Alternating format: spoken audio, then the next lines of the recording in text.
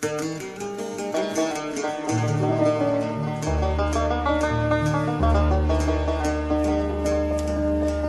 يا نجوم يا منسين القمر يا مصبح الليل نحكي لكم سري. Bien, alors bienvenue à toutes celles et à tous ceux qui viennent de nous rejoindre. Donc, ce colloque se poursuit avec cette deuxième table ronde, Islam des Lumières, un islam de notre temps.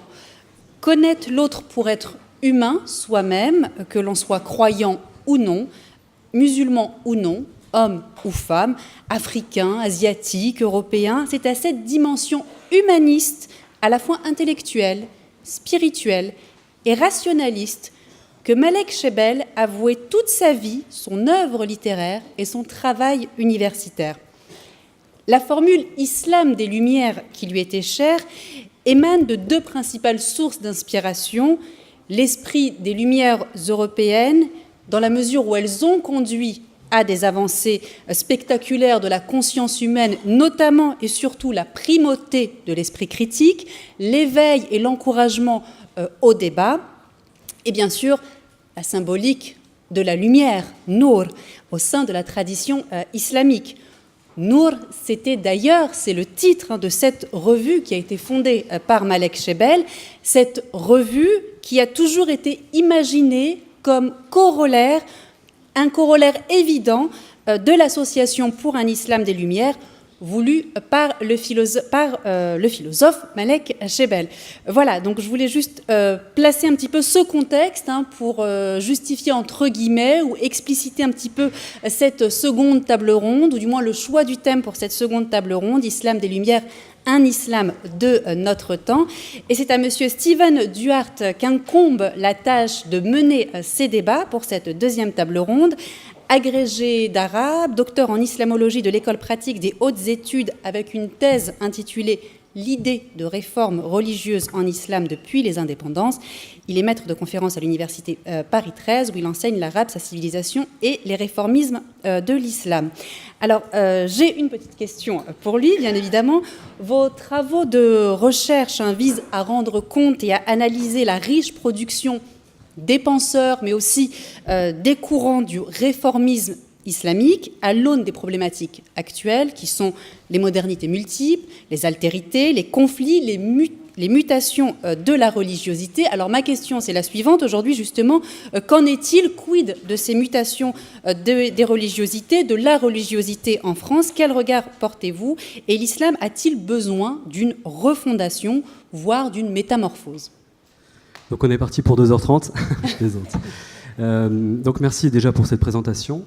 Selon les normes d'usage, et parce que c'est un plaisir aussi, je remercie Michael Shebel pour sa généreuse invitation.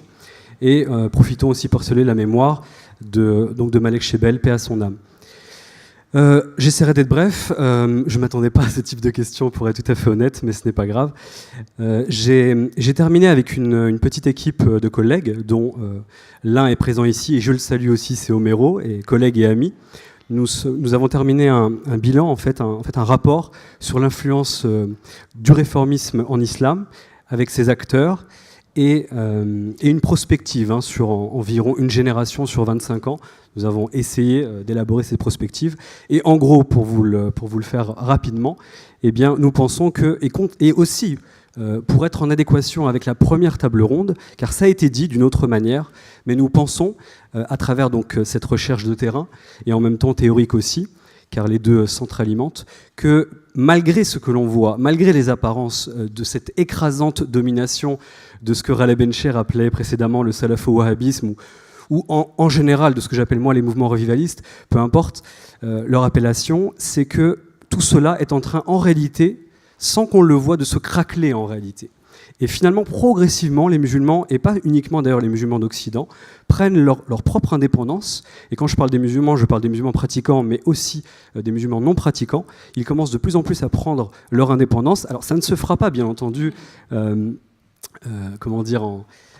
une seule matinée, comme dit le proverbe arabe, mais cela se fera effectivement à l'aune d'une, peut-être certainement une génération. Mais je suis également, comme Nadia El Bougal disait, je suis sur cette question optimiste en réalité. Merci pour votre réponse. Je vous laisse donc le soin de présenter vos orateurs et je vous souhaite à toutes et à tous un très bon débat.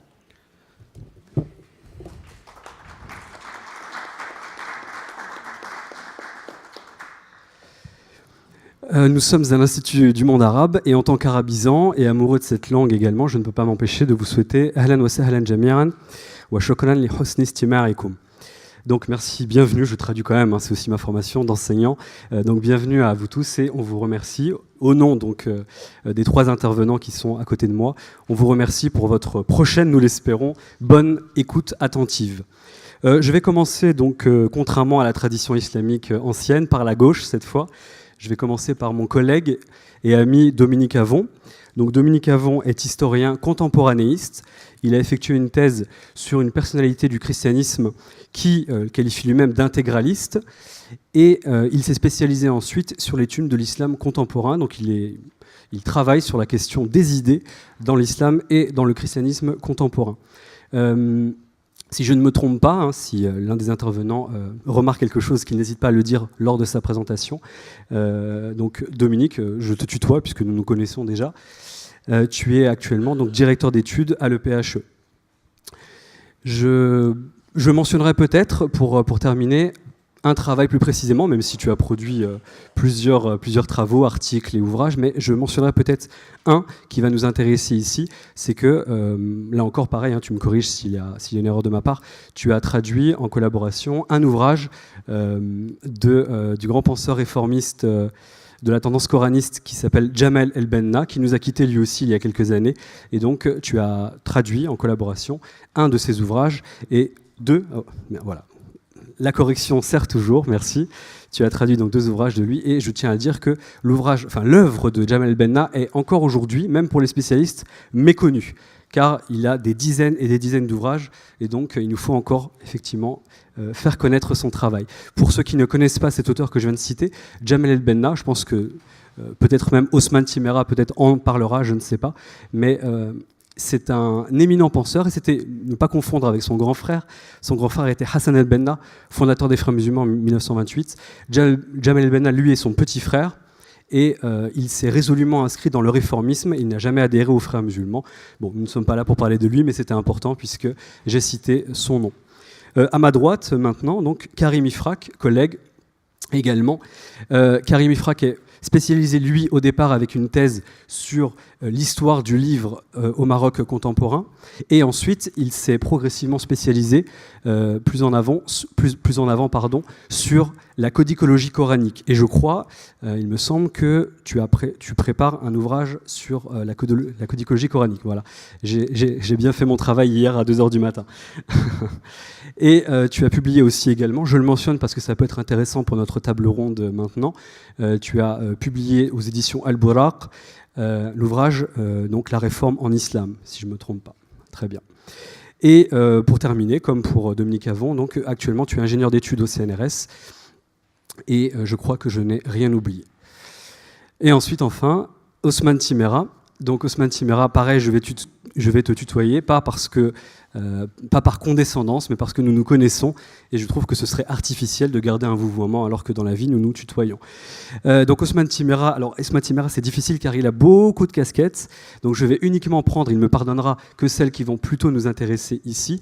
Osman Timera, je retiens surtout que tu es conférencier, que tu fais énormément, tu as produit énormément donc de discours et de conférences, et particulièrement au sein des milieux pratiquants musulmans. Pour faire le lien avec ce que je disais précédemment sur Jamal El-Benna, je trouve que tu as un grand mérite qui est celui, effectivement, de parler de l'œuvre de Jamal El-Benna au sein, parfois même de mosquées, donc de milieux musulmans pratiquants, et je trouve que c'est une gageure, donc c'est très intéressant en soi.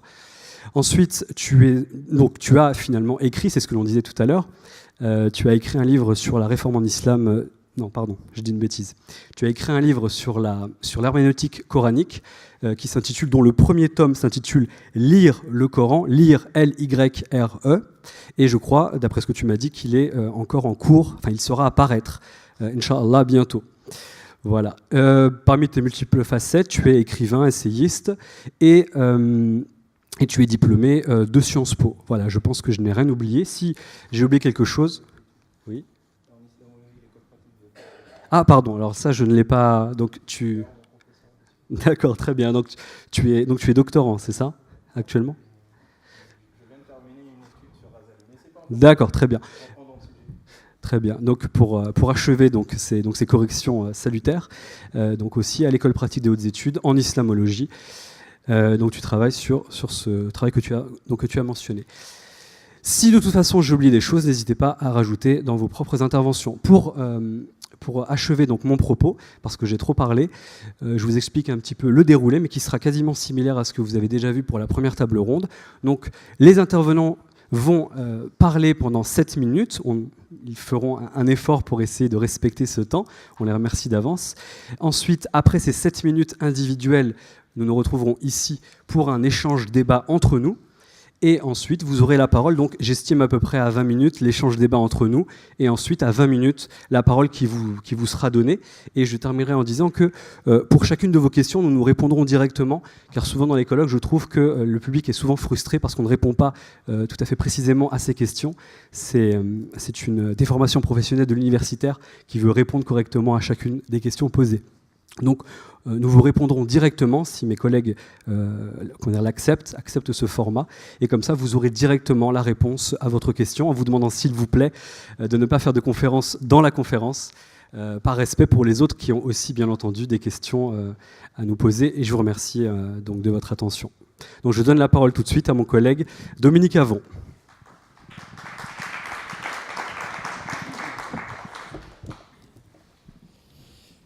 Merci beaucoup, Stéphane Duarte. Mesdames et messieurs, Michael Schebel, merci pour cette invitation et pour tous les organisateurs et les organisatrices de cette rencontre très stimulante. Si vous avez assisté à la première table ronde, il y a un certain nombre de termes que vous avez entendus. J'en ai listé une partie d'entre eux. Rigoriste, extrémiste, néo-fondamentaliste. Alors on vient d'avoir revivaliste, salafo-djihadiste.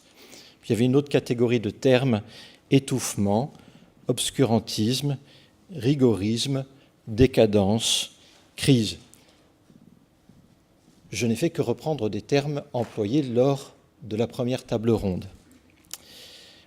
De manière remarquable, les termes islamisme et islam politique, très souvent employés, ne sont pas apparus. Mais je ne tâcherai pas de l'expliquer ici. Ce que je voudrais essayer de comprendre, et je vous proposerai une clé de lecture, c'est pourquoi, précisément en 2019, nous sommes dans la situation où des acteurs qui parlaient, les 3 premiers, de l'intérieur de l'islam, décrivent le tableau avec ces termes-là.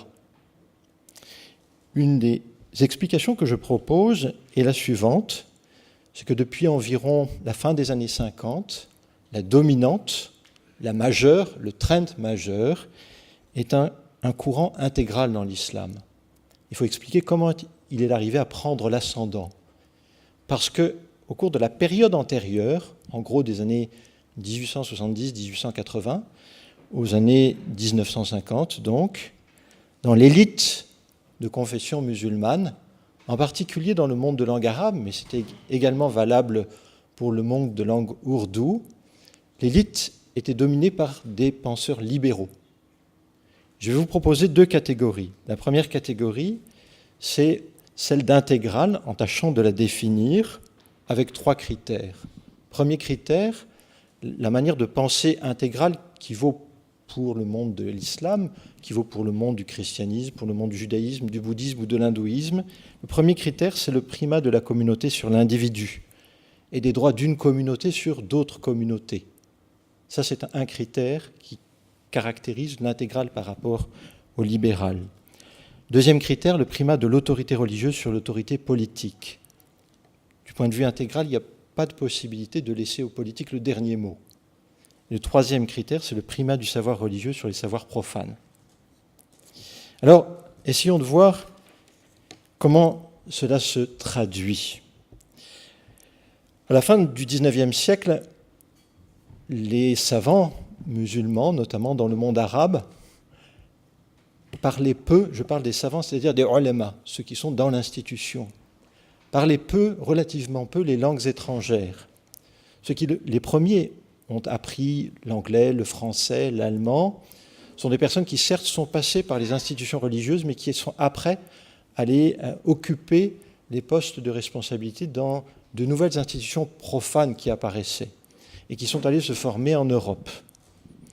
Et donc les savants religieux n'avaient pas d'outils pour répondre à cette élite polyglotte-là, qui développait un certain nombre de principes, ce que je viens de définir, mais inversés.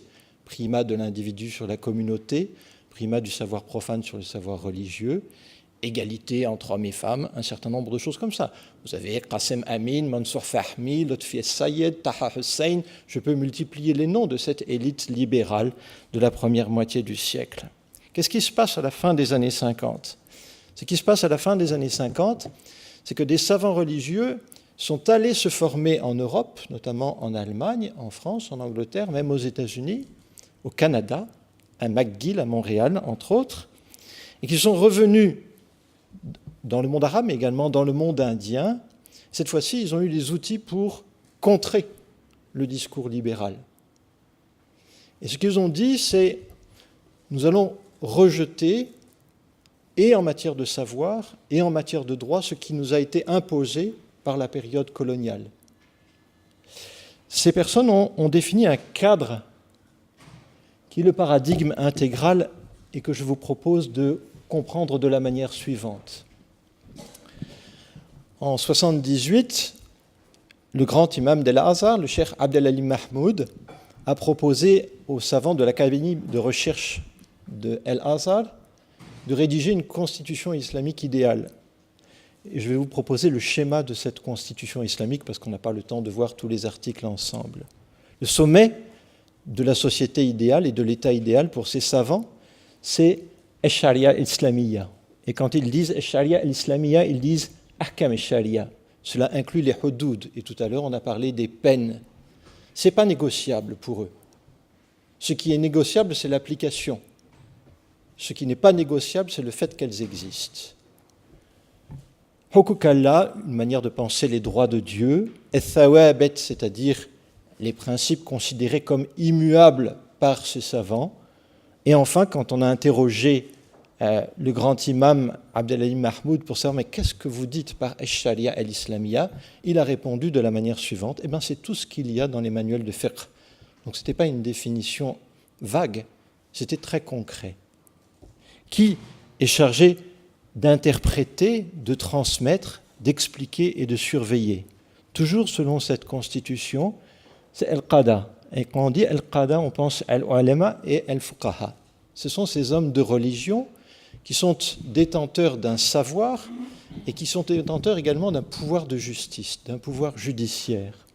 Donc ils sont chargés de la transmission, de l'explication et de la surveillance. Ils sont au-dessus de celui qui exerce le pouvoir exécutif. Et dans cette constitution, ils l'ont appelé l'imam, mais ils auraient pu très bien l'appeler el-calife. Ce n'est pas l'imam au sens chiite du terme, c'est celui qui est devant, celui qui guide, celui qui dirige. Et celui-là ne peut pas être au-dessus de Ash-Sharia al-Islamiyya. Il ne peut pas non plus être au-dessus de Al-Qada. Je vous donne un exemple. Quand Kardawi est allé à Tunis en 2012, il a dit « L'état idéal, ce n'est pas l'état parlementaire. » Vous pouvez retrouver cette conférence sur la toile. Ce n'est pas l'état parlementaire. C'est l'état où il y a un prince, alors Amir, mais un prince dont on a coupé les ailes. On a coupé les ailes parce qu'il ne peut pas être au-dessus de Ash-Sharia et l'Islamiyya. Il ne peut pas aller à l'encontre de ça. Et il ne peut pas dire le dernier mot devant les ulama et les fuqaha. Il vient après, simplement. Et puis le dernier élément, c'est Eshab ou El-Amma. Les deux termes, on les retrouve dans cette constitution. Et vous voyez ici comment s'exerce l'autorité. Si vous lisez, et je vais sortir du monde arabe parce que tout à l'heure Ousmane Timéra a très bien fait de nous dire attention, le monde majoritairement musulman, ce n'est pas que le monde arabe. Si vous regardez les principes au-dessus de toute constitution au Pakistan, et si vous regardez ensuite les constitutions pakistanaises depuis 1956 jusqu'à nos jours, vous retrouvez exactement en arrière-plan ce schéma-là. Et le Pakistan est un État qui a été créé spécifiquement pour les musulmans. Cependant, une fois que l'on a dit intégral, nous n'avons pas tout dit. Je rappelle ici les mots ou le contenu des termes, primat d'une loi qui est attribuée à Dieu, une supériorité de droit de la Ummah Islamia sur toute autre communauté religieuse, une reconfessionnalisation de l'espace, des formes, des gestes, du dire. Peut-être contrairement à ce qui a été dit tout à l'heure, on parle beaucoup de sexe dans le milieu des ulama. On est même focalisé là-dessus dans certains cas. On parle de ulama des menstrues, tellement ils éditent des textes sur la manière dont on peut agir, entre autres, avec les femmes. Donc ils parlent beaucoup de sexe, mais ils en parlent de manière normative, si vous voulez. Et puis, la prééminence du savoir théocentré sur les sciences humaines et sociales, les sciences du vivant. Si vous lisez le texte de Ranouchi sur les libertés dans l'État islamique, qu'il a republié après avoir écrit en 1993, qu'il a republié sans quasiment aucun changement en 2011, il dit que les sciences humaines et sociales ont perdu la partie. Pourquoi ? Parce qu'elles n'ont pas mis Dieu au centre. Donc lui, il est tout à fait dans ce schéma intégral. Les sciences valables, c'est celles qui mettent Dieu au centre. Mais il y a deux manières, il faut que j'aille assez vite, il me reste 1 minute, 2. Il y a deux manières d'être intégral. Une manière transigeante et une manière intransigeante. La manière transigeante consiste à dire, bon, il est impossible de bouger tout ça. Simplement, on peut ne pas l'appliquer. Et on ne va pas l'appliquer grâce à 2 outils. Ces 2 outils, c'est maqasid sharia, c'est-à-dire les finalités de la sharia. Donc on veut faire passer ces finalités de la sharia avant toute application précise. Ou bien un maslaha, c'est-à-dire l'intérêt général de la communauté. Il y a une manière intransigeante de le vivre, l'intégralisme, qui consiste à dire, c'est écrit, j'applique ici et maintenant, donc je disqualifie l'autorité instituée. Vous avez toute la généalogie depuis Sayyid Qutb jusqu'à El-Baghdadi. On pourrait discuter de la direction de cette généalogie ou pas, et la justification, dans certains cas, du djihad armé. Alors il faut que je conclue, mais on aura le temps de discuter. Dans cette conclusion, je voudrais vous dire que ce n'est donc pas fortuit si ceux des Lumières, ceux qui se rattachent à une certaine conception libérale de l'islam, utilisent les termes que j'ai repris en introduction de la table ronde, obscurantisme, rigorisme, néofondamentalisme, étouffement, décadence et autres. Ce qui m'a frappé, et nous avons discuté une fois avec Homero Marangiou, qui interviendra à la 3e table ronde en 2014, c'est que ces savants qui sont dans des postes institutionnels et qui se sont interrogés sur le fait de savoir si El-Baghdadi, les responsables de Daesh, étaient ou non dans l'islam, ils ont répondu par « ils sont dedans ». Ils sont pécheurs, mais ils sont dedans. Alors que les mêmes, ou leurs aînés, mais les mêmes institutions, ont takfirisé, c'est-à-dire ont mis dehors, ont apostasié Farak Foda, on l'a vu cette semaine dans le cadre de mon séminaire, qui a été qualifié par le grand imam de « ennemi de l'islam », Mahmoud Mohamed Taha, qui a été exécuté pour apostasie, et bien d'autres. Donc il y a ici vraiment ce lien entre l'islam institutionnel et cette catégorie intégrale et la manière ou non, intransigeante ou non, de l'appliquer. Si vous lisez le manifeste pour un islam des Lumières de Malek Shebel, vous remarquez qu'il emploie 2 termes qui n'existent jamais dans le discours de l'islam intégral, ou alors avec une acception différente pour le second. Le premier, c'est abolition. Vous avez 2 chapitres dans le manifeste dans lequel Malek Shebel dit abolition. Abolition de toute fatwa appelant à la mort, abolition des châtiments corporels. Il n'a pas utilisé ce qu'utilisent les tenants de l'islam intégral, suspension. On n'applique pas. Malek Shebel a dit abolition. Khalas, c'est fini, une fois pour toutes. Le deuxième terme, deuxième expression, c'est la notion de Hurriyat ad-Damir, liberté de conscience, qui fixe le primat de l'individu sur la communauté.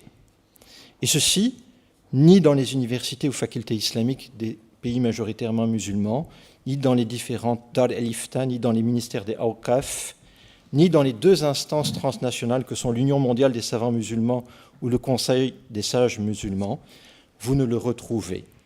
Il en va également de même, sauf exception, et nous en avons eu un exemple tout à l'heure, dans des sociétés qui sont minoritairement musulmanes et des sociétés démocratiques et libérales. Je vous remercie.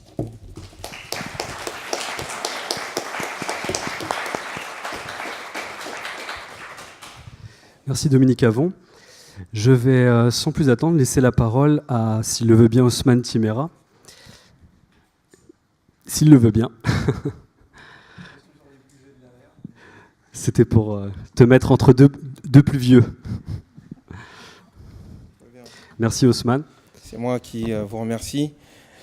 Tout d'abord, j'aimerais remercier les organisateurs de cet événement, particulièrement Monsieur Michael Chebel, pour m'avoir invité. Je vous avoue que j'ai été surpris, je ne lui ai pas dit, par cette invitation. Puis, au fur et à mesure, il a expliqué ce pourquoi il m'avait invité. Et je me suis dit que ce serait intéressant qu'un homme d'une quarantaine d'années, qui n'est pas arabe, qui a grandi en France, qui a fait des études classiques en sciences islamiques via son père, mais qui n'a pas été embrigadé dans une école particulière, qui a un rapport intense avec le livre, le Coran, depuis sa tendre jeunesse, qu'il déguste, qu'il essaye de comprendre, de méditer, et en même temps qui a grandi ici, qui regardait Club Dorothée, qui partait à l'école, qui a fait ses études à Sciences Po Paris, qui a été peintre, directeur ou chef de service dans différents endroits, bref, qui a interagi avec la société française.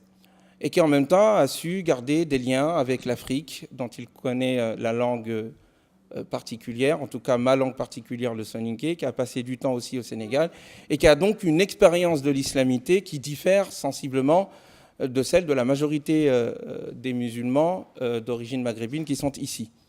Du coup, je me situe dans une position qui fait de moi à la fois quelqu'un que l'on pourrait dire moderne, c'est-à-dire qui part du principe qu'effectivement, utiliser sa raison, c'est mieux que de ne pas l'utiliser, qui part du principe que la liberté est un sentiment inhérent à l'existence d'un être humain. Je le sens en moi, je sais que je fais des choix, et je sais quand on me contraint.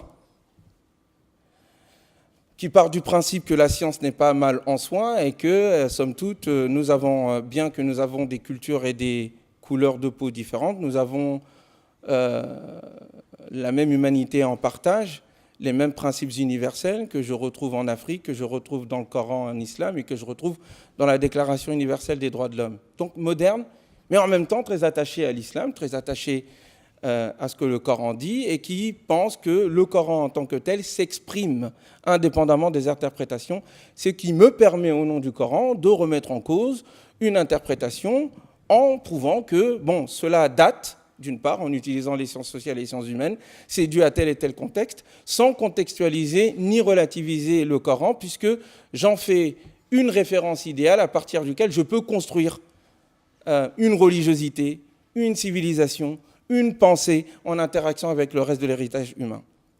Je ne suis donc ni islamiste, bien que je sois musulman, et c'est peut-être parce que je suis musulman, et je ne suis pas non plus laïciste et moderniste, parce que je suis moderne. L'islam des Lumières, donc. J'aimerais aborder ce sujet sur le plan conceptuel, sur le plan philosophique. Car on ne peut comprendre la raison d'être de ce terme, de ce pléonasme à mes yeux. Je vous expliquerai pourquoi je dis que l'islam des Lumières à mes yeux est un pléonasme. Eh bien, on ne peut comprendre ce terme-là si on ne comprend pas un conflit latent qui existe entre deux camps qui se disent être réformistes, en rapport avec leurs extrêmes, fondamentalistes pro-religieux d'un côté, appelez ça comme vous voulez, wahhabo, salafistes et tous les istes que vous voulez, et puis de l'autre côté, un autre extrême, laïciste, libéraliste, mettez tous les istes que vous voulez. Il y a entre ces deux extrêmes des gens qui se disent réformistes et qui estiment que soit nous pouvons nous adapter à la réalité imposée par le progrès occidental, au nom des valeurs de l'islam. Donc il n'y a pas vraiment à changer notre conception de l'islam, il suffit juste de s'adapter, de changer quelques termes, de changer quelques mots. Ce sont les réformistes, on va dire pro-tradition, qui estiment que la tradition de l'islam est l'islam lui-même.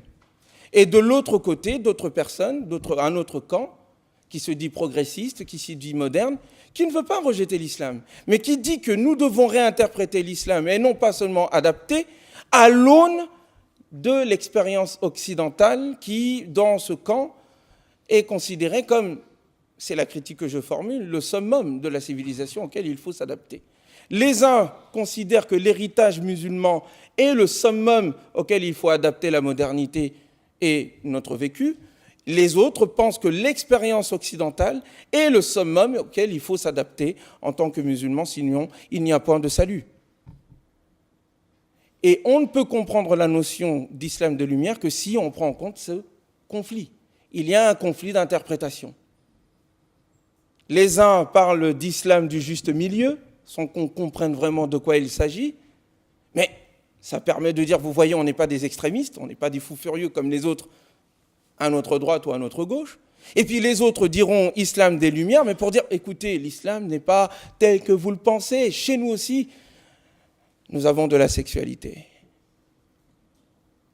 Dans les deux cas, avec tout le respect que j'ai pour ces penseurs, il y a caricature et non pas pensée. Il y a refus d'innover, de participer à l'histoire en tant que personne qui innove, qui propose, et préférons plutôt consommer des idées faites par d'autres personnes, soit anciennes que nous avons idéalisées, soit anciennes occidentales, parce que nous ne sommes même plus à la page de l'évolution de la pensée occidentale, mais qui, elle aussi, est idéalisée. Je ne suis ni de là-bas, ni d'ici. Mais je veux me concentrer sur la notion d'islam des Lumières. Je vais essayer de la comprendre. Je vois de la part du professeur Malik Chebel un souci que je partage. C'est celui d'aider deux aires civilisationnelles à se parler et non pas à se battre, à montrer que les uns occidentaux, avec leur avancée technologique, leur culture politique et philosophique, les libertés qui sont offertes aux citoyens qui vivent sous Ézer, dans cette civilisation, eh bien, il y a possibilité de faire la même chose dans le monde musulman, que l'on pourrait regarder en comparaison comme étant arriéré, à développer, et qui, au fond, n'est colonisé que parce que colonisable, et si colonisable, cela est dû à leur religion. Non pas à des causes socio-culturelles, non pas à des causes politiques, non pas à cause de la domination, non pas à cause de l'analphabétisme, non pas à cause de problématiques que l'on peut étudier dans les sciences sociales et humaines et politiques. Non, c'est ici, les lois, les sciences humaines et sociales sont suspendues. C'est à cause de l'islam. Il est inhérent à cette religion. C'est intrinsèque à la culture de ces populations. Il faut qu'ils deviennent comme nous. Et certains disent qu'il faut que nous devenions comme eux. Et d'autres disent non, il faut que nous restions comme avant. L'avant comme eux ne sont que des imitations. L'islam des Lumières, si nous comprenons le terme lumière, deux sens que le professeur Malik Chebel, paix à son âme, indique dans son introduction. Il fait référence, il dit clairement, à ce que les historiens désignent sous le mouvement philosophique et politique du XVIIIe, XIXe siècle, voire plus haut, intitulé « Les Lumières ». Qu'est-ce que les Lumières, si nous comprenons ce que ça veut dire, si nous faisons référence à Emmanuel Kant, qui a posé la question « Qu'est-ce que les Lumières ?» C'est l'acte fondamental d'un individu de refuser le tutorat accepté par lui d'une autre personne, que celle-ci soit d'ordre clérical, d'ordre politique ou d'ordre scientifique. L'être humain est majeur en soi et il est capable de penser par lui-même. Ayons le courage d'utiliser notre propre entendement. C'est ce que Emmanuel Kant indiquait. Et il dit, Et il dit, entre autres, que c'est là, en raison de la fainéantise et de la lâcheté, que nous arrivons à accepter le tutorat d'une autre personne. Mais je termine là-dessus rapidement pour ensuite continuer tout à l'heure, peut-être, à travers nos interrogations et nos conversations. Je me retrouve non pas seulement avec le Coran, mais je me retrouve avec Ibn Khaldoun, avec Ibn Taymiyyah et avec Al-Ghazali. Et je les vois, quoi? Qu'est-ce qu'ils disent? Ibn Khaldoun dit que l'être humain est un chef en soi en raison de la lieutenance et de la mission que Dieu lui a donnée, et qu'il ne peut donc accepter la tyrannie, et que si tyrannie il y a, cela lui enlève ma'anil insaniya, c'est-à-dire les sens de son humanité, en raison de la tyrannie qui s'exerce sur lui, qui le pousse à être un lâche et qui le pousse à ne pas utiliser sa raison. Je vois concomitance entre Ibn Khaldoun et Kant. Donc, je dis pléonasme, pourquoi? Si l'islam est tel que le Coran l'indique et tel que certains philosophes musulmans l'ont indiqué, est d'abord l'émancipation de l'être humain au nom du fait qu'il n'y a qu'un seul Dieu et la nécessité de ne pas spéculer sur l'inconnu, al-ghaib, en y croyant seulement et non pas en spéculant pour se concentrer sur la nature et son étude afin d'être un calife de Dieu sur terre, c'est-à-dire de civiliser la terre au nom des principes divins, si cela est l'islam, les lumières que nous entendons en Occident ne sont qu'une tentative de réaliser circonstanciellement ces principes universels contenus dans le Coran. Mais il y a des décadences des deux côtés, et je termine là-dessus. Et ce sont ces décadences, d'une part, de la colonisation, qui a fini par renier les principes ouverts et émancipateurs des Lumières et de la modernité, et de l'autre côté, la décadence des siècles après le 3e et le 4e siècle, sous diverses causes. Ce sont ces deux décadences que nous avons entre les mains aujourd'hui, et qui se servent de l'islam et de la modernité comme des paravents pour dominer, et non pas pour émanciper.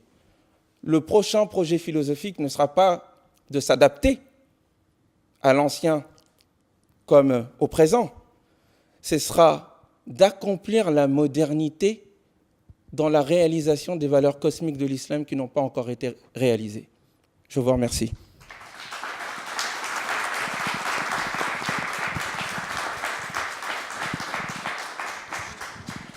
Merci Ousmane Simera pour ton intervention.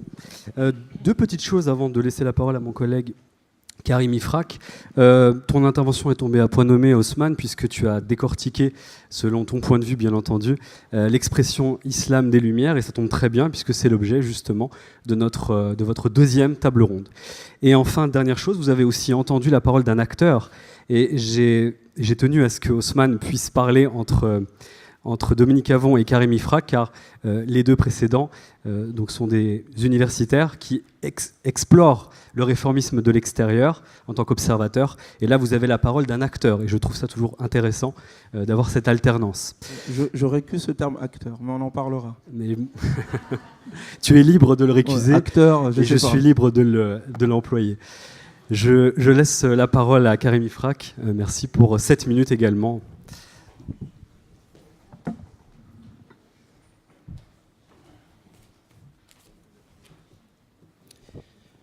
Mesdames, Messieurs, chers amis,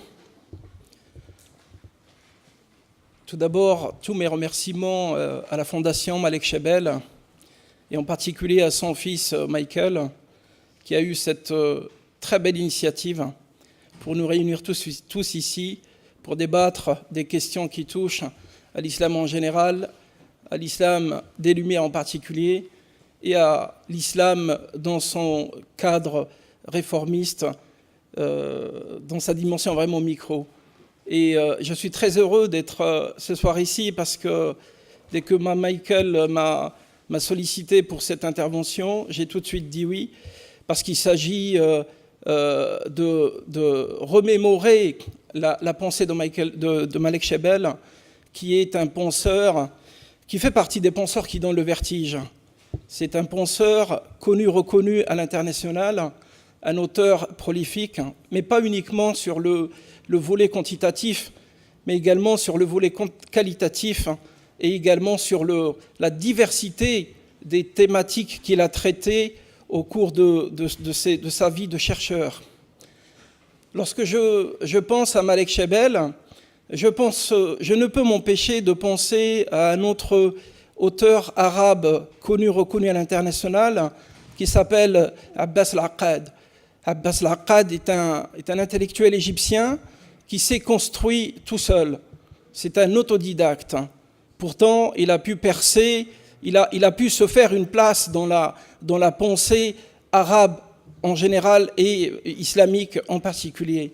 Bien évidemment, on peut penser qu'il ne peut y avoir d'analogie entre les deux, mais au fait si, parce que Malek Shebel, il a construit sa renommée et son rayonnement tout seul, mais vraiment au front de sa sueur entre guillemets intellectuelle. Il ne s'est reposé ni sur aucun réseau, ni sur aucun lobby. C'est la communauté scientifique qui l'a reconnu d'elle-même à travers ses travaux. Malek Shebel est parti regrettablement très jeune. Et avec son départ, l'islamologie, elle a perdu un penseur. Et le monde musulman, il a perdu un réformateur. Malek Shebel, comme vous le savez parfaitement, est le père fondateur de cette formule qui depuis est devenue galvaudée, que personne ne peut nier. Il est le père fondateur de cette formule qui est l'islam des Lumières. Cette formule, Malek, il l'a moulée autour de deux principes majeurs. Le premier, c'est l'esprit des Lumières, donc l'esprit des Lumières européens du siècle des Lumières. Et le deuxième élément, c'est la symbolique de la lumière qu'on retrouve un petit peu dans la pensée islamique à travers les âges. Alors bien évidemment, cette notion d'islam des Lumières a été beaucoup discutée. Maintenant, moi, ce qui m'intéresse là-dedans, c'est d'aller à l'intérieur de la mécanique et de voir comment Malek Shebel il a développé cette idée-là. Une idée, il faut le dire, qu'elle soit discutée ou pas, elle est enracinée et depuis un certain moment, elle a toute sa place dans le paysage intellectuel, scientifique, médiatique, politique, social, etc., etc. Alors Malek Shebel, lorsqu'il dit que l'islam des Lumières se fonde sur l'esprit des Lumières, ou plutôt l'esprit du siècle de Lumière européen, alors c'est quelque chose avec lequel, moi, personnellement, je ne suis pas du tout d'accord. Pourquoi ? Pour une simple raison, c'est que je trouve que Malek Shebel, sur ce point-là, il a versé dans une espèce d'anachronisme. Pourquoi ? Parce que l'esprit des Lumières européens s'est fondé sur l'idée de l'athéisme. Cet athéisme n'existe pas dans la pensée islamique en général, d'un côté. De l'autre, l'esprit des Lumières en Europe s'est fondé sur l'esprit des Lumières musulmans, et non pas le contraire. Donc du coup, c'est pour ça que je parle d'anachronisme. Maintenant, il faut faire très attention, parce que nous avons en face de nous un intellectuel de renom, un islamologue trompé. Et Malek Shebel, pour comprendre sa pensée, il faut le lire.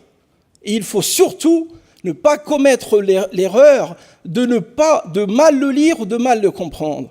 Parce que pour trouver les éléments de réponse à la pensée de Malek Shebel sur ce point en particulier, parce que vous imaginez bien que Malek Shebel, il a parfaitement conscience de ces nuances, il les connaît, il les manipule tous les jours.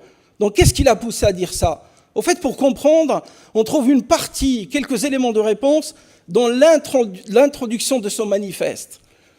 Dans l'introduction de ce manifeste, il y a une belle phrase qui éclaire toute la pensée qui a forgé cette idée de islam des Lumières qui appartient à Malek Shebel seul. Qu'est-ce qu'il dit ? Il dit que les Lumières ne sont pas innées. Il faut se battre en permanence pour les garder vivaces. Et c'est là où ça devient intéressant. Parce que Malek Shebel, il a parfaitement conscience que l'islam des Lumières européen s'est reposé sur l'islam, l'islam des Lumières musulmans, que l'école de pensée musulmane, depuis toujours, elle a penché en partie, bien évidemment, sur le côté rationnel des choses. On peut citer l'école mu'tazilite, on peut citer l'école hanafite, on peut citer le kalam et la falsafa, on peut citer également les sciences de jurisprudence, les fondements de jurisprudence qui ont été portés à leur paroxysme par l'imam Shafi'i, qui est un intellectuel rationaliste, personne ne peut le lier, et qui ont été également poussés encore plus de l'avant avec l'imam Shatibi. Tout ça pour dire que Malek Shebel, il en a parfaitement conscience. Mais Malek Shebel, il a également conscience que cette lumière qui traverse la pensée islamique, il faut tout le temps se battre pour la garder vivace. Parce que, fort malheureusement, il y a toujours des forces, des entités, des petites mains qui essaient de souffler sur cette flamme pour l'éteindre. C'est pour ça que Malek Shebel, il a conjugué les deux éléments pour nous dire que, oui, il y a un islam des Lumières, mais cet islam de lumière, c'est un héritage qui nous incombe à nous de l'entretenir, et cela de façon permanente. Développer la notion d'islam des Lumières de Malek Shebel exige plus de temps. Ça n'est pas 7 minutes, mais je dirais plus 7 jours et 7 nuits pour aller jusqu'au bout de la pensée de Malek Shebel. Beaucoup de sa pensée, il a introduit dans son livre le Manifeste, à travers lequel il a cité 27 points sur lesquels il est possible de travailler pour faire avancer, pour faire émerger, pour faire évoluer cet islam des Lumières. Je ne vais pas faire le tour des 27, mais personnellement, j'ai été sensible à 2 points. La première, c'est qu'il faut absolument une nouvelle interprétation du texte. Lui, il l'appelle les textes, parce qu'il veut englober là-dedans le texte, le livre coranique, et ensuite toute la littérature qui a été développée. Moi, je veux rester uniquement sur la question du texte. C'est une notion fondamentale. Il faut qu'on arrête, et quand je dis qu'on arrête dans le monde musulman, de se cacher derrière cette idée qu'on ne peut pas toucher, manipuler le sacré. La littérature n'est pas sacrée. Le livre, dans le monde musulman, dans la tradition musulmane, j'entends par là le livre coranique, il est sacré. Mais le reste, non. Parce qu'à partir du moment que vous interprétez le texte, vous n'êtes plus dans le texte. Ça n'est plus le texte. C'est la main de l'homme qui est là-dedans. Ce travail-là, il est hybride. Et qui, dans le monde des humains, peut prétendre égaler une pensée divine, une pensée humaine, et nous sommes ici dans un cadre de tradition croyante, une pensée humaine ne peut rivaliser avec une pensée divine. Donc vous avez beau développer ce que vous avez à développer, vous ne pouvez le faire que dans un cadre qui est le vôtre, selon votre construction intellectuelle, selon votre déformation idéologique, etc., etc. Je dis ça pourquoi ? Je dis ça parce que, en travaillant le texte, c'est quelque chose que je travaille au quotidien presque, et je peux prendre uniquement quelques exemples. Le kufr, le jihad, le iman, les nasara, les juifs. Au fait, les gens ne se rendent pas compte. Et quand je dis ici les gens, je parle des communautés, des cercles savants musulmans qui se sont passés un petit peu cet héritage intellectuel à travers des siècles, sans jamais se rendre compte que ce qui a été développé n'a été développé à la base que dans le contexte de ce qu'on appelle les idéologies de l'Empire. Il faut faire attention à ça. Cette interprétation, cette littérature n'est pas sacrée. Malek Shebel, il en avait parfaitement conscience. Et c'est pour cela qu'il a appelé de ses voeux à dépoussiérer les textes, à ne pas toucher aux textes. Il était à cheval sur cette notion-là. Il avait un respect grand pour la religion et pour la tradition. Mais en tant qu'intellectuel, il savait parfaitement qu'il y a des angles cachés qu'il va falloir éclairer et qu'il y a des textes et une certaine littérature qu'il va falloir dépoussiérer. Et pour cela, le chantier est encore ouvert. Et je vous remercie.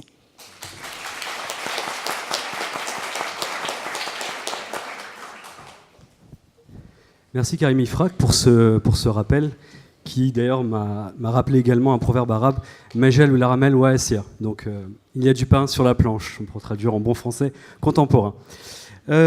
Alors, nous avons entendu beaucoup de choses, donc place maintenant au débat. Nous sommes donné 20 minutes, hein, selon l'annonce que je vous ai faite tout à l'heure. Alors personnellement, 2 choses m'ont interpellé et j'aimerais que nous puissions en discuter entre nous quatre. La première chose, c'est la notion de modernité qui est beaucoup revenue. Et ça tombe très bien puisque nous sommes là pour discuter de l'expression islam des Lumières. Et dans les Lumières, on ne peut pas parler de la philosophie des Lumières sans faire référence à ce que les historiens appellent la modernité. Et une deuxième chose qui m'a été d'ailleurs donnée par Karim Ifrak précédemment, c'est la notion de sacré. Et finalement, je pense que nous réussirons à faire un lien et à établir un dialogue et un débat serein, mais tout aussi intéressant entre nous sur la question du sacré. Malek Chebel était connu personne ne pourrait effectivement lui enlever cela, il était connu pour être un grand vulgarisateur. Et en tant qu'enseignant-chercheur, on sait très bien que c'est là notre point faible. Nous sommes très bons pour créer des colloques, pour fonder des colloques, pour écrire dans des articles, dans des revues scientifiques qui sont lues généralement par 30 personnes dans le monde. J'exagère bien entendu à peine. Et en revanche, nous pensons moins, c'est une critique que je me fais à moi-même également, bien entendu, à diffuser auprès d'un grand public. Malek Chebel avait cette grande qualité qui était effectivement la diffusion vers le grand public. J'espère qu'avec ce que nous faisons maintenant, grâce à la Fondation Malek Chebel et l'Islam de France, nous pouvons peut-être un petit peu remédier quelque peu à cet état de fait en vous proposant ici ce débat. Donc directement, je vais interpeller celui qui voudra, Dominique Avon, Karim Ifrak ou Ousmane Timéra, peut-être commencer par la modernité. Effectivement, Malek Chebel était connu pour être un moderniste. C'est quelqu'un qui voyait en la modernité certainement le futur de l'islam. Du coup, j'aimerais que l'on puisse débattre sur ce terme. Ousmane Timéra, tu t'es auto-qualifié en disant que tu ne te considérais pas comme moderniste. Karim Ifrak, tu as parlé d'anachronisme en fait quant à l'expression d'islam des Lumières.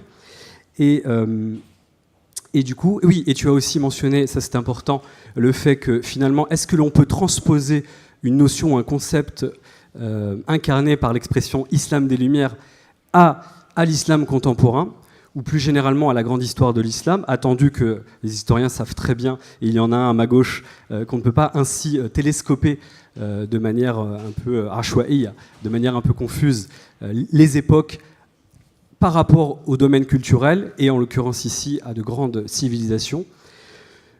Tu as enfin mentionné aussi le fait que la philosophie des Lumières, justement pour illustrer cela, était née de l'athéisme.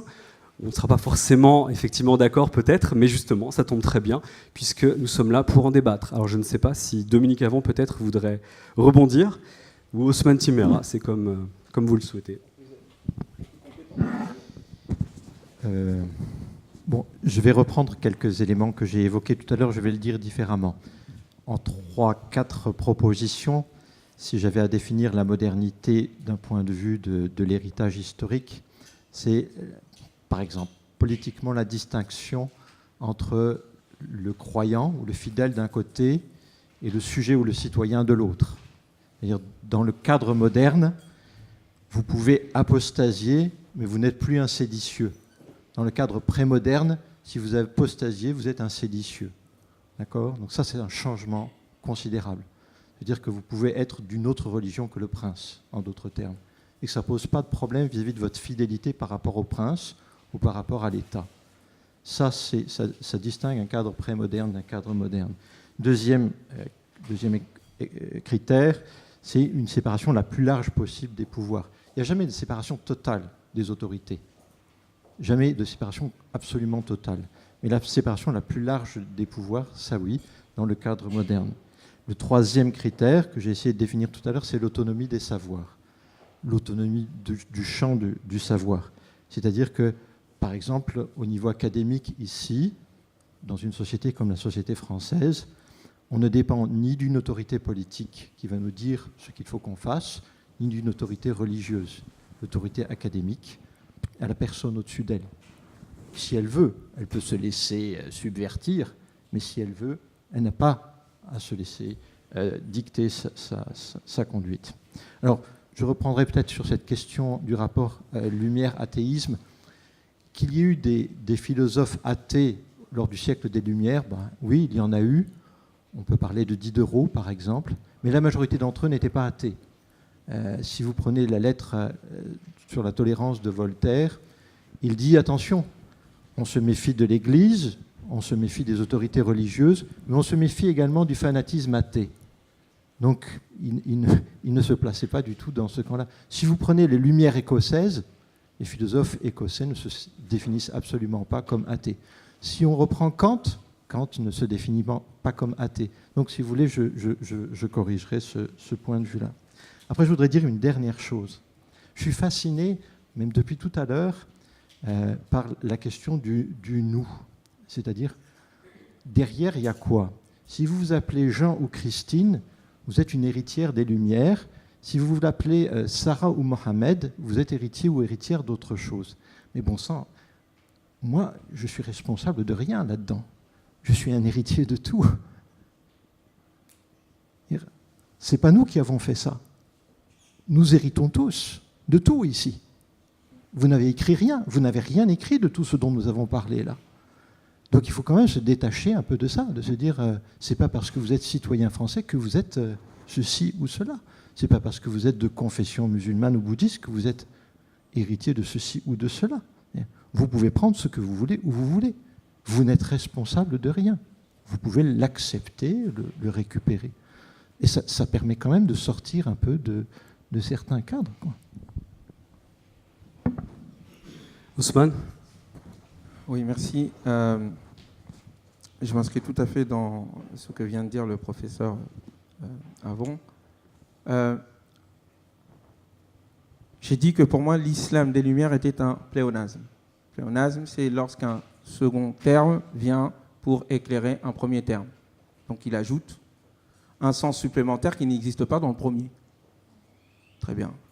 Or, si nous nous fondons sur la manière dont le philosophe Emmanuel Kant a défini les Lumières, que nous en comprenons les principes au-delà des termes, ce sont ces principes d'émancipation au nom de la dignité humaine, de son autonomie et de son rapport avec la raison en tant que chose noble en soi. Ces éléments-là, je le trouve non pas seulement chez les philosophes néoplatoniciens, je le trouve chez ceux qui l'ont critiqué, c'est-à-dire qui ont critiqué la philosophie néoplatonicienne, en l'occurrence des gens comme Razali, Ibn Taymiyyah, ou même les juristes musulmans. La question de l'autonomie, de la raison, la question de la liberté individuelle, dans le fait que nous sommes devant Dieu seuls, responsables de nos choix de vie, et que la foi, et ça je vous paraphrase des propos coraniques, que la foi ne peut se fonder sur la contrainte. Il n'y a pas de contrainte en matière de religion. Pourquoi? Parce que la maturité ar-rujd, la vérité ar-rujd ou le droit chemin se distingue clairement de la déviance. C'est à chacun de choisir. Par contre, le Coran mène un combat frontal contre toutes les formes de clergé, qui veulent s'accaparer l'esprit des gens en leur disant qu'il n'y a qu'une manière de penser. C'est la raison pour laquelle, dans le Coran, nous voyons toujours les prophètes du côté de ceux qui disent qu'il faut utiliser la raison, face à ceux qui disent que nous avons trouvé nos pères, nos ancêtres ainsi, et c'est comme ça que nous devons faire. Donc ça, j'invente pas. Tous ceux qui lisent le Coran voient cela. Donc quand je retrouve ces deux choses-là, je dis, mais l'opposition que certains s'amusent à faire entre les Lumières et l'islam, soit se fonde sur une ignorance de ce que c'est que les Lumières et de ce que c'est que l'islam, soit se fonde sur une volonté d'opposer deux civilisations pour des raisons de domination, parce qu'il faut justifier la domination. C'est la raison pour laquelle je suis extrêmement critique, et c'est peut-être pour ça qu'il y a des portes qui se ferment autour de moi, à droite, à gauche, extrêmement critique de la part de nos penseurs théologiens de tradition musulmane, pro-tradition musulmane, comme je suis extrêmement critique de ceux qui sont de tradition moderniste. Les uns et les autres ne sont pas des penseurs, mais des idéologues. Nous devons inventer un nouveau modèle de civilisation. Voilà l'enjeu. Il ne sert à rien de dire qu'avant, nous étions raffinés. Et c'est avant le nous, je ne les connais pas, ces nous-là. Moi, je suis quelqu'un d'ici. Moi, je suis déjà raffiné. Je n'ai pas de problème avec mon époque. Je suis quelqu'un de moderne. Je ne suis pas moderniste. Je suis moderne. Le modernisme, c'est l'idéologie de la modernité. Il faut distinguer. Et je ne suis pas musulmaniste ou islamiste parce que je suis musulman. Dans le sens où je comprends que le divin est au-delà de tout, me fait confiance quant à l'invention de ma vie. Et c'est la responsabilité de chacun d'entre nous. Voilà l'enjeu. Tout le reste, à mes yeux, n'est que fioriture et perte de temps. Ousmane, tu parles en fait d'invention, mais est-ce qu'on peut inventer à partir de rien? On est obligé de se référer peut-être au passé, tout simplement? Non, pas forcément. On n'est pas obligé de se référer au passé. On est obligé de se référer à des principes auxquels on croit, que l'on pense transcendants. Les droits de l'homme, c'est quelque chose de transcendant pour les républicains. Ça ne se discute pas. De même que la charia ne se discute pas pour d'autres. Alors pourquoi est-ce que pour les droits de l'homme, on dit non, ça c'est au-delà de la raison parce que ça participe de la nature humaine en tant que telle, donc c'est pas objet de débat. Et qu'on refuse à d'autres de considérer, quel que soit le contenu qu'ils y mettent, parce qu'il y a débat parmi les musulmans sur le contenu qu'ils mettent dans le terme charia. Certains, effectivement, mettent dans le terme charia la production intellectuelle des juristes des premiers siècles. Mais d'autres, nombreux, j'en fais partie, estiment que c'est qu'une production, c'est ce que notre professeur l'a dit, c'est qu'une production humaine. La preuve que c'est une production humaine, elle a évolué dans le temps. Donc si ça évolue dans le temps, ça ne vient pas de Dieu.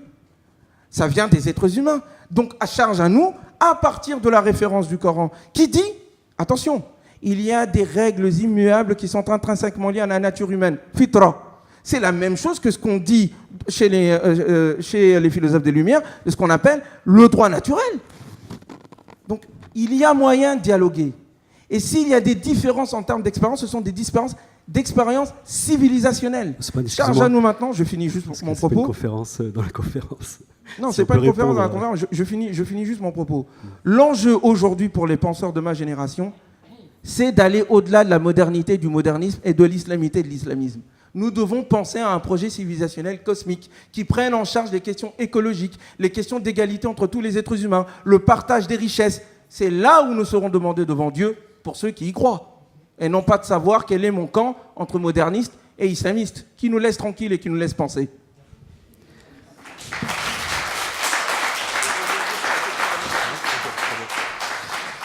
Merci Ousmane. Je suis obligé d'être un peu strict parce que c'est ce que l'on vous demande après à vous.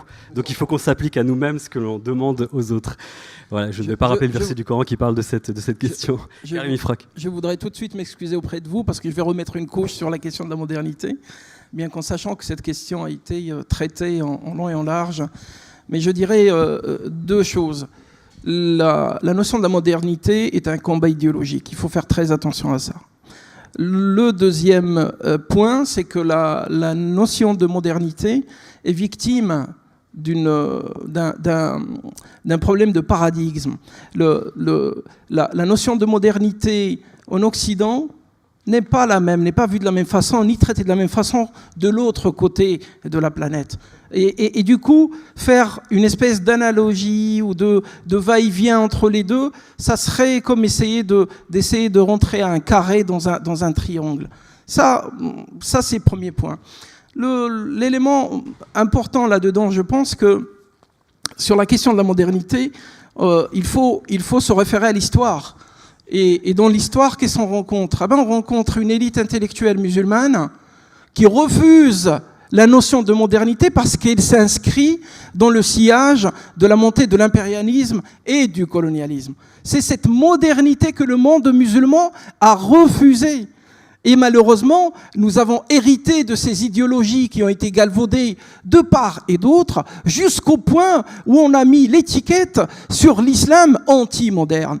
Mais non, c'est pas possible, parce que lorsque vous revenez, ne serait-ce que quelque temps derrière la naissance de cette idéologie liée à la modernité, qui à la base était un combat intellectuel et idéologique européen, ça ne concernait pas le monde musulman. Le monde musulman, juste avant, il était très moderne par rapport au monde européen, qui va lui recoller cette étiquette.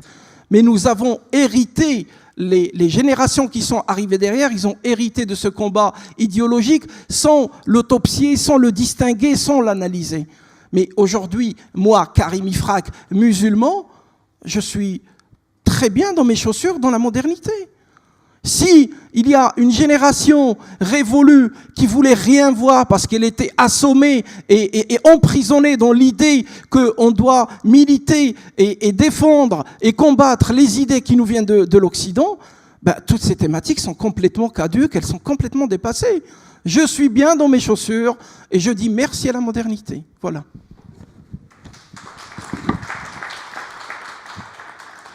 Je crois qu'on a pas mal fait le tour de la notion de modernité, étant donné qu'il nous reste une notion encore qui est la notion de sacré, puisque je l'ai annoncé précédemment, et j'ai déjà une question qui se profile effectivement. Je pense qu'on va directement passer à cela, mais peut-être une petite chose avant, si je me permets. Ousmane, tu parlais en fait qu'on a des droits de l'homme, du fait que pour certains ils sont transcendants, mais il y a peut-être une nuance à apporter, c'est que dans les milieux, chez les spécialistes de droit, je ne suis pas spécialiste de droit, mais j'ai fait partie d'un jury de thèse où il y avait de grands spécialistes de droit. C'était justement derrière une thèse sur la relativité justement des droits humains. Cette thèse a été publiée, ça a donné lieu à des articles scientifiques. Donc les droits de l'homme sont étudiés, critiqués, remis en cause, amendés dans les milieux scientifiques. Donc je ne vois pas... Enfin, voilà, c'était un petit ajout que je voulais préciser. Alors que peut-être dans certains pays, cette même sacralité qui est par exemple donnée au Coran, est-ce qu'elle est étudiée de la même manière sans risquer de faire de la prison ou de mourir pendu? Pas forcément. Et je me suis trouvé... c'est à dessein que j'ai utilisé en fait, cette image, un petit peu violente. Oui. Ok. Il nous reste combien de temps de parole en fait, de débat? Moi, il me semblait qu'il nous restait 10 minutes pour que le public ait 20 minutes. Non? C'est bien cela? Ok, très bien. Donc, directement, pour parler, ça tombe bien, puisque j'ai parlé de Coran, parlons en fait de la sacralité peut-être, et ça va certainement en fait, entraîner un débat entre nous. Est-ce que, par conséquent, et puisqu'on est ici autour d'une table ronde sur la pensée de Malek Chebel, et ça a déjà été rappelé à de multiples reprises, Malek Chebel appelait, et ce n'est pas le seul bien entendu, qu'il soit moderniste ou que des auteurs réformistes ont appelé à la même chose, donc ça tombe très bien, puisque Malek Chebel appelait à l'étude du Coran par le crible des sciences humaines, notamment de la méthode historico-critique, mais pas uniquement, des sciences humaines en général. Du coup, si effectivement, comme Karim Ifrak, tu le disais, si le sacré doit aussi être questionné, est-ce que le sacré peut être questionné comme ce à quoi appelait Malek Chebel par les sciences humaines? Donc, je reformule, est-ce que le Coran peut être critiqué, analysé, étudié par le prisme des sciences humaines? Écoutez, on va faire très simple et abréger la question en disant que aller dans le sens contraire de ce que vous dites, ça serait frapper le texte coranique de schizophrénie. Pourquoi je dis ça? Parce que le texte coranique lui-même, il appelle à interroger tous les éléments de la vie, à commencer par les éléments de la pensée. Et le fait d'interroger la sacralité du texte, elle n'est pas interdite par le texte lui-même. Elle est interdite par ceux qui pensent qu'ils ont le monopole de la pensée. Et là-dessus, il y a un problème. D'ailleurs, Malek Chebel, dans son manifeste, il a appelé de ses voeux, et c'est une notion très importante, de limiter le rôle des oligarchies savantes, des théologiens. Parce que le problème, c'est lorsque vous êtes dans cette oligarchie, vous pensez avoir le droit de tout régir, ce qui est complètement faux. Il faut réduire le rôle d'intervention de ces communautés-là à leurs espaces propres, point. D'autant que, moi personnellement, je pense que les élites musulmanes qui sont concentrées uniquement dans les questions de théologie, franchement, au jour d'aujourd'hui, elles sont super mal formées. Il va falloir qu'ils regardent autrement et qu'ils s'interrogent avant de refuser l'accès à qui que ce soit ou de dire que ça c'est bien ou ça c'est pas bien, parce que l'approche binaire du halal et du haram, ça n'est pas du tout scientifique et ça n'est pas du tout rationnel et c'est complètement contraire et aux antipodes de la pensée coranique et de la pensée islamique. Ousmane, peut-être que tu veux répondre? Je vais essayer d'être rapide pour laisser du temps, notamment à monsieur Avon, mais aussi à d'autres personnes. Encore une fois, je trouve qu'il faut distinguer le projet, le principe et la méthode. Une méthode est une méthode. elle est bonne, mauvaise, c'est dans sa confrontation avec la réalité que l'on découvrira son efficacité. Tant qu'elle est efficace, on continue, jusqu'à ce qu'on se rende compte que la réalité résiste, donc il faut inventer autre chose. C'est juste paupérien, et avant cela, ça s'appelle l'ijtihad. C'est-à-dire, on essaye de faire un effort intellectuel libre en vue de trouver une solution ou une compréhension face à une réalité. Maintenant, la question, c'est qu'est-ce qu'on fait de cette méthode ? Si derrière la méthode des sciences humaines et sociales, on veut faire une nouvelle théologie, là je dis non, ce n'est pas le rôle des sciences sociales et humaines de faire une théologie. Le rôle des sciences sociales et humaines, c'est de décrire la réalité, pas de l'inventer.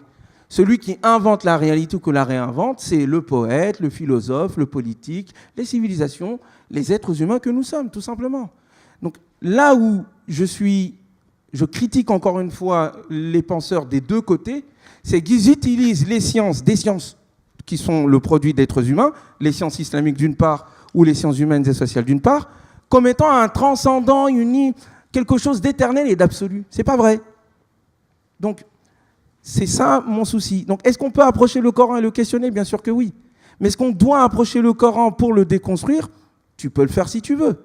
Mais si c'est pour découvrir la vérité et comprendre le Coran, je pense que c'est une mauvaise méthode. Je l'ai déjà indiqué lorsque nous étions lors de notre colloque sur le réformisme. J'ai écrit une série d'articles sur la critique des apocryphes du Coran, après avoir écrit la critique des sciences du tafsir. Donc vous voyez que je suis ni dans ce camp, ni dans là-bas. Dans quel camp je suis, on verra à la fin de ma vie.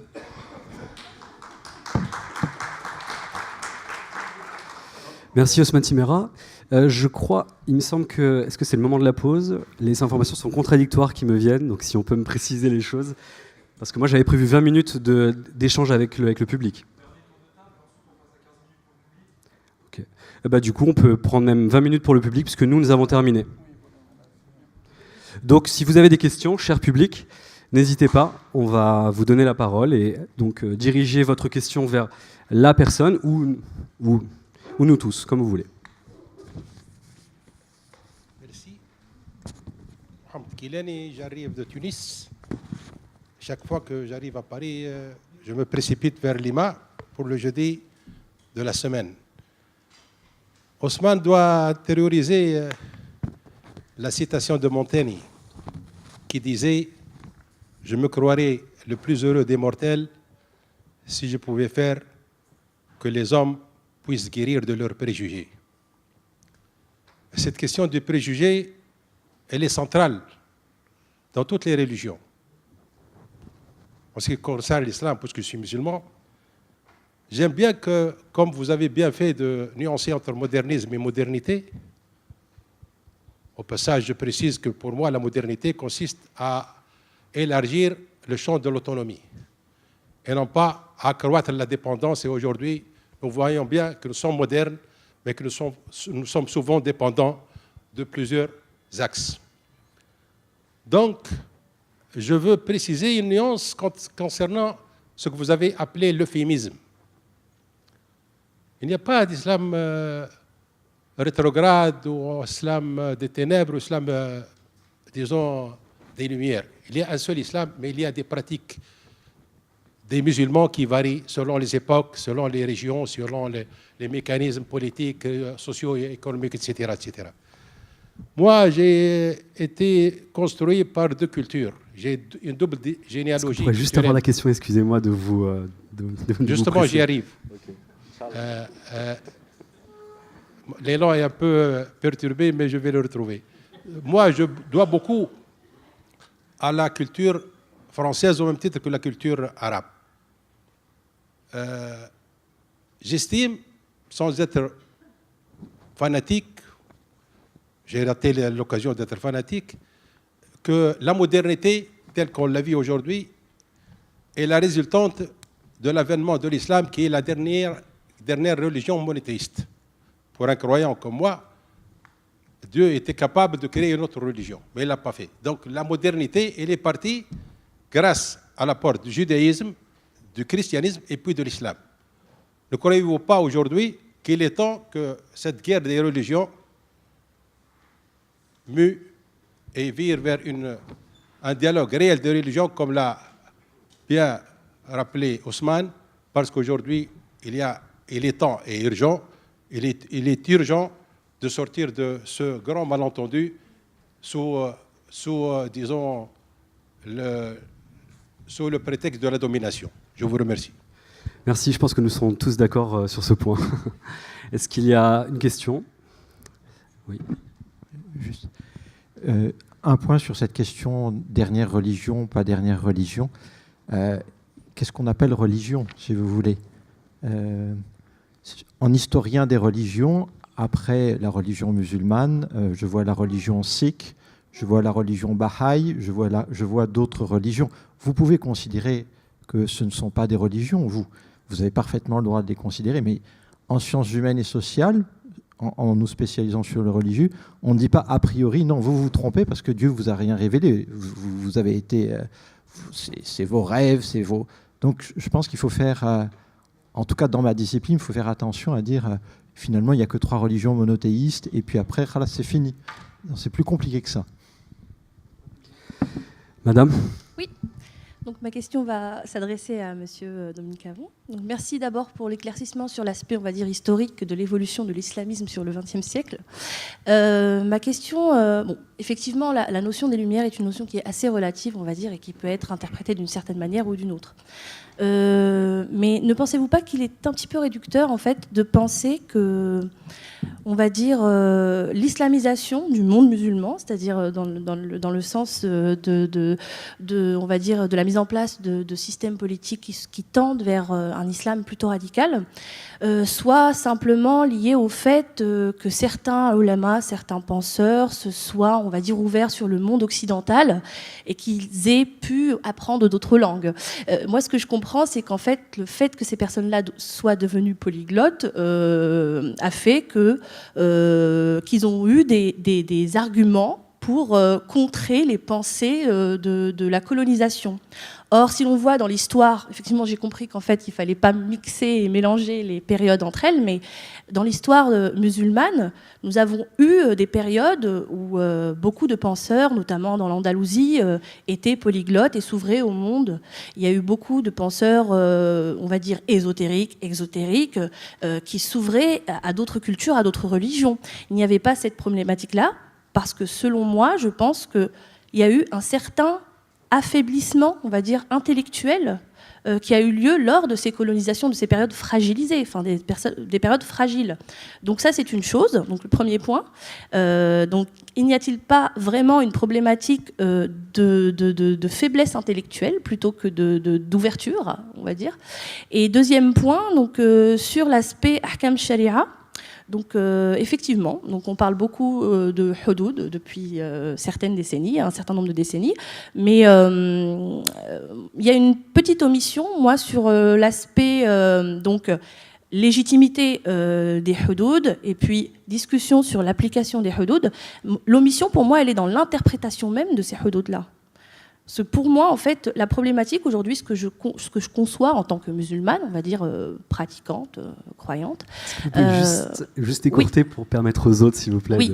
Donc, est-ce qu'il n'y a pas plutôt une problématique d'interprétation plutôt que de légitimité ou d'existence de ces hudud dans le Coran? Voilà, merci. Alors, réponse rapide.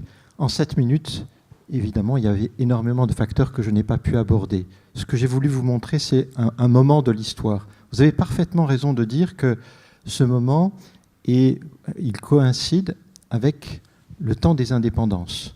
J'ai travaillé sur un livre du Cheikh El-Bahi qui s'intitule, qui vise précisément les penseurs qu'il qualifie de collaborateurs avec la colonisation, ceux dont j'ai parlé tout à l'heure. Et donc il va les rejeter, ces penseurs libéraux de la première moitié du siècle. Et il va dire, je vais les rejeter et je vais rejeter également les principes qu'ils ont véhiculés. Mais El-Bahi, il a été formé et en Allemagne dans les années 30 et ensuite à McGill. Donc il illustre bien ce que j'ai voulu montrer. Mais nous avons également des savants qui sont polyglottes et qui disent « non, même si effectivement il y a eu la colonisation avec les outils de cette modernité, je trouve qu'un certain nombre de principes, je les trouve bons. » Voilà pourquoi je vous ai dit, nous ne sommes responsables de rien. Ici, nous, à notre génération, les gens choisissent ce qu'ils veulent. Sur le second point, hudud, vous pouvez l'interpréter comme vous le faites. Moi, comme historien, je fais parler les acteurs. Là, vous avez vu 2 acteurs qui ont parlé de l'intérieur. J'essaye de parler de l'extérieur. En 1996, la Ligue des États arabes s'est accordée sur un code pénal unifié, alors que vous me concéderez qu'ils ne s'accordent pas sur grand-chose. Ils se sont accordés à l'unanimité sur un code pénal unifié qui inclut les hudud avec l'explicitation complète de ce que vous dites il faut interpréter, c'est-à-dire la main coupée pour le voleur, la peine de mort pour l'apostat, etc. Donc, en tant qu'observateur et qu'analyste, je peux très bien dire, mais il y a des acteurs musulmans qui disent « hudud, on pense autrement ». Mais quand vous avez 22 ministres de la Justice de la Ligue des États arabes qui, encore une fois, ne s'accordent quasiment sur rien et qui, là-dessus, disent « les hudud, c'est ça », je dis « voilà, on a une illustration de ce qu'est pour eux les hudud ». Merci Dominique. Juste une... Osman, tu veux préciser quelque chose? Rapidement, moi je pense qu'il y a les historiens, il y a les islamologues. Je suis diplômé d'islamologie, mais je récuse ce terme d'islamologue parce qu'il n'y a pas de christianologue ni de judéologue. On ne va pas rentrer... Il y a un petit problème là-dessus. Moi je pense qu'il faut faire un peu de philosophie aussi. Le Coran a des concepts extrêmement riches. Le problème, c'est que l'omnibulation pour la pratique concrète juridique a réduit le champ de la réflexion. Il faut nous déjurisprudentialiser. Et pour la question des hudud, il y a plusieurs possibilités, effectivement. Je ne dis pas interpréter, j'ai un problème avec le mot interpréter. Et de méditer les propos du Coran. Quand le Coran lui-même parle de couper les mains, et qu'on se rend compte qu'il dit des mains, en arabe, il y a l'unité, l'un, le duel et le pluriel. Il dit Aïdi. Il ne dit pas Yadei. Aïdi veut dire plusieurs mains, plus de 2. Qui sur Terre a déjà eu 3 mains? Donc déjà, même le texte en lui-même indique que bon, il y a un petit souci. Tu peux approfondir encore plus. Mais quand 22 ministres, effectivement, des pays arabes s'accordent sur les hudud, l'historien, le philosophe, le penseur, le politologue doit poser la question de la raison politique. Peut-être que pays dictatoriaux qu'ils sont, ils ont intérêt à montrer patte blanche à populistes qu'ils sont, à la population musulmane pour qu'on les laisse tranquilles. Écoutez, on adore votre religion, on la respecte, laissez-nous tranquilles. Oui, le mot populiste, c'est pas un bon terme. Juste et politique. Tu peux écouter. Je termine. La raison pour laquelle les pays arabes et leurs présidents dictatoriaux utilisent l'islam, c'est que pour légitimer leur pouvoir. Ça n'est en aucun cas pour permettre la réalisation des principes de l'islam qui disent que la dictature est à honnir de toute société, puisque amruhum shura bainahum. Pourquoi ils appliquent les hudud pour couper les mains et ils n'appliquent pas le partage et la solidarité qui est dit 50 000 fois dans le Coran? Donc la question, c'est quelle est la raison idéologique et politique quant à l'utilisation des hudud dans le monde arabe? Merci. Et je sais que tu as écourté en plus. Une question? Oui, alors moi c'était plutôt un commentaire adressé au docteur Karim Ifrak, si je ne me trompe pas. Alors vous avez mentionné une seule proposition formulée par Malek Shebel dans son manifeste pour un islam des Lumières, mais les 26 autres propositions encadrent cette proposition-là et donnent le ton et la couleur à quel genre de réforme préconise Malek Shebel. Donc ce qu'il dit, c'est que la réforme qu'il préconise n'est pas théologique, mais bien culturelle, sociale, politique, et non pas théologique.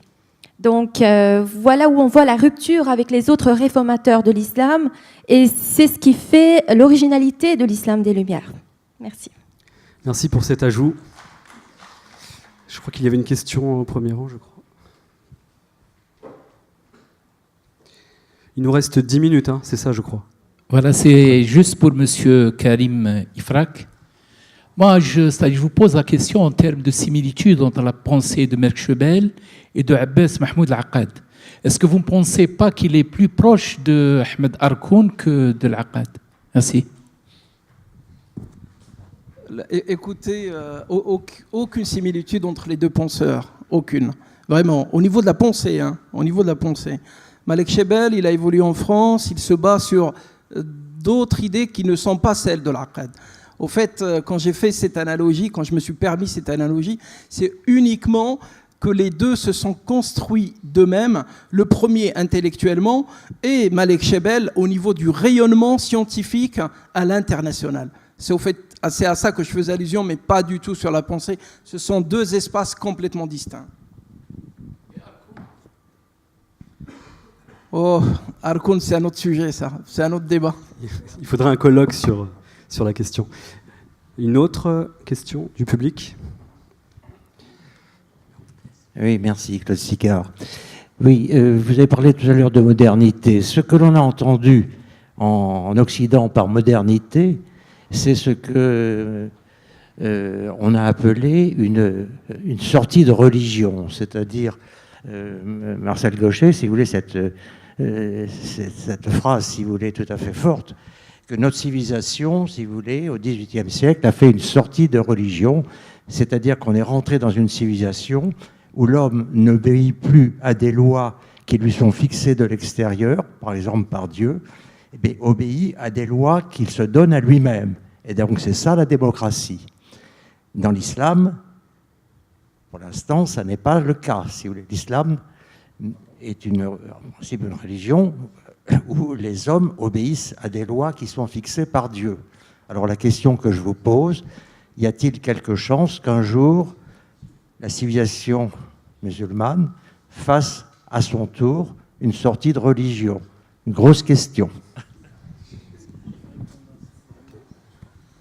Karim Ifrak. Vraiment, je me permets de répondre à votre question. Vous savez, votre question, elle reflète une grande méconnaissance de la... C'est pas un jugement de valeur, hein, une grande méconnaissance de l'histoire de la pensée de l'islam.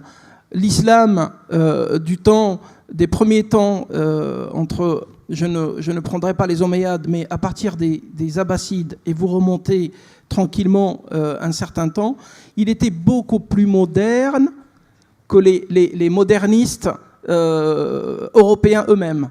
Et il est nettement beaucoup plus moderne que nos espèces d'oulémas actuels.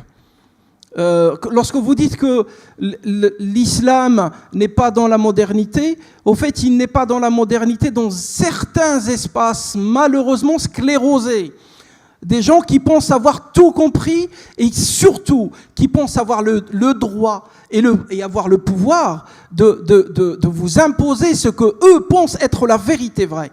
C'est complètement contraire aux préceptes de l'islam. La ikraha fid din. Il n'y a nulle contrainte. Et nous sommes ici dans la langue arabe de ce qu'on appelle le tawassu' fil ma'na. La ikraha fid din sur tous les niveaux. Et je reviendrai très rapidement sur la question des hudud. Vous savez que la liberté de conscience qu'aujourd'hui on essaie de ramener sur le terrain des débats, c'est quelque chose qui est complètement galvaudé, utilisé dans l'islam. Il y a une importante liberté de conscience. Mais lorsque la main de la politique s'interfère, eh ben là, les choses changent. Parce que si vous avez dans un espace, vous avez une population où 1 ou 2 ou 3 ou 5 ou 10 quittent la religion ou se convertissent à autre chose, il n'y a pas que quitter la religion, se convertissent à autre chose, ben ça pose pas de problème. Mais lorsque vous avez 15 ou 20 ou 30 ou 40% de la population qui change de bord, eh ben, la politique commence à réfléchir. Et c'est pour ça que la politique qui très tôt s'est mariée avec le théologique, ils ont développé tous ces éléments qui aujourd'hui on appellerait plus des éléments de langage, mais qui sont réellement aux antipodes de la pensée islamique et de la pensée coranique. Mais ça, je crois qu'on n'arrêtera jamais de le dire et de le redire. Il nous reste 5 minutes. Est-ce qu'il y a d'autres questions ? Si vous permettez, sur la question du désenchantement. Oui, mais vraiment très court. Je vais essayer. Inch'Allah. Moi, je pense que la modernité n'est jamais sortie du christianisme. Et que les fondateurs même de la modernité étaient intrinsèquement liés dans leur éducation et dans leurs principes à la religion. Il suffit de voir la biographie d'un Descartes, d'un Emmanuel Kant et d'autres. Et même le dernier des grands philosophes, Nietzsche, d'une manière ou d'une autre, dans sa critique du christianisme, restait un théologien chrétien. Même la question de la laïcité ne peut être comprise sans le miroir du catholicisme. Donc la question, ce n'est pas la sortie de la religion ou pas. La question, c'est à partir de quel principe que nous jugeons transcendant, pour ceux qui pensent qu'il faut quelque chose à partir duquel se référer pour pouvoir agir dans le monde. C'est ça la véritable question. Du point de vue coranique, les principes universels qu'il vient synthétiser se trouvent non seulement dans toutes les religions, mais aussi dans les philosophies humaines, mais aussi au sein même de la nature humaine. C'est le principe coranique. C'est un principe, ou plutôt c'est un postulat, vrai ou faux, à nous de vérifier. Mais de ce point de vue-là, donc, la question, ce n'est pas de savoir qui doit sortir de sa religion. La question, c'est quel est le meilleur de la religion de chacun qui lui permet d'être un meilleur humain. Et dans ce chemin, on rencontrera les autres. Merci Ousmane. Il nous reste juste le temps pour une question et bien sûr une réponse courte.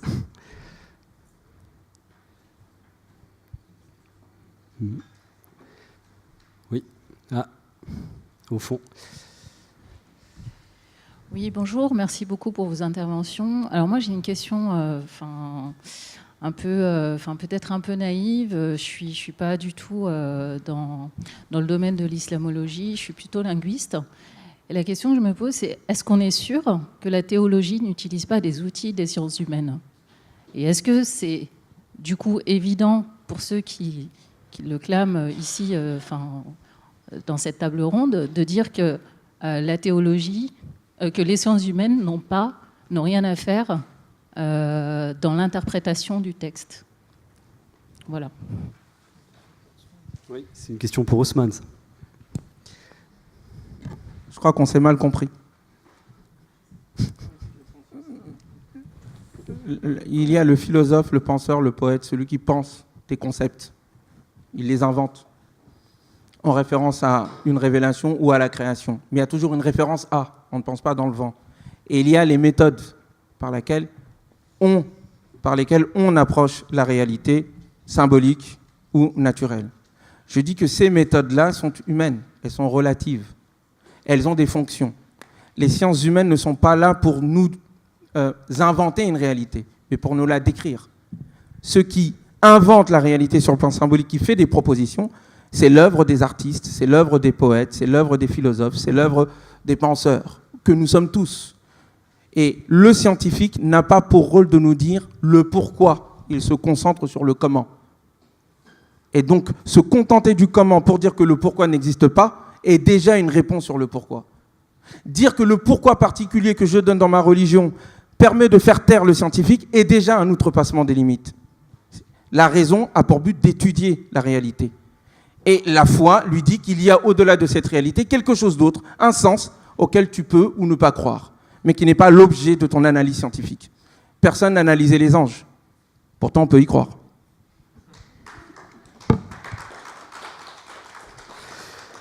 Merci. Nous sommes dans les temps, c'est une bonne nouvelle, et je crois que nous allons avoir le droit à tous une pause.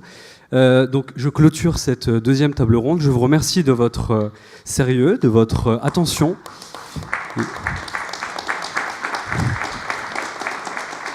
Shukran jazilan wa ila al-liqa. Alors surtout, restez avec nous parce qu'on parle beaucoup d'islam et de république. On entend sur tous les plateaux de télévision, un petit peu partout. L'islam est-il soluble dans la République? Est-il compatible avec la République? On parle de la question de la représentativité au sein de l'islam, au sein de la communauté musulmane. Donc, Islam des Lumières et République, c'est le thème de la prochaine table ronde, donc juste après la pause, bien évidemment. Et c'est Monsieur Raleb Benchir qui sera chargé d'animer cette table ronde avec des intervenants de haute facture, comme par exemple Madame Bariza Khiari, Anwar Bibesh, Jalil Asbaï encore, ou Omero Marungui. Donc je vous insiste vraiment, ce sera notre très belle table ronde, notre bouquet final. Donc je vous insiste à rester avec nous juste après cette petite pause. Merci.